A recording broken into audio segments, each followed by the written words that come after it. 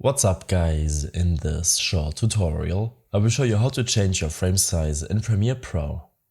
This should be quite an easy tutorial, everything you need will be listed in the description below. After importing your clip to Premiere Pro and adding it to your timeline, you may notice that it's not filling up the screen, leaving you with black borders. To prevent this issue, simply right-click the video in your timeline and select Scale to Frame. This will scale up your footage to your current canvas size. You can also set your scale manually by selecting the clip and navigating to your Effect Controls panel.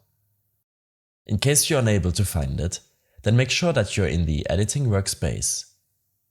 Under Motion, you can expand Scale and change your scale with this slider system, or input a value into this text box. I hope this helped you out.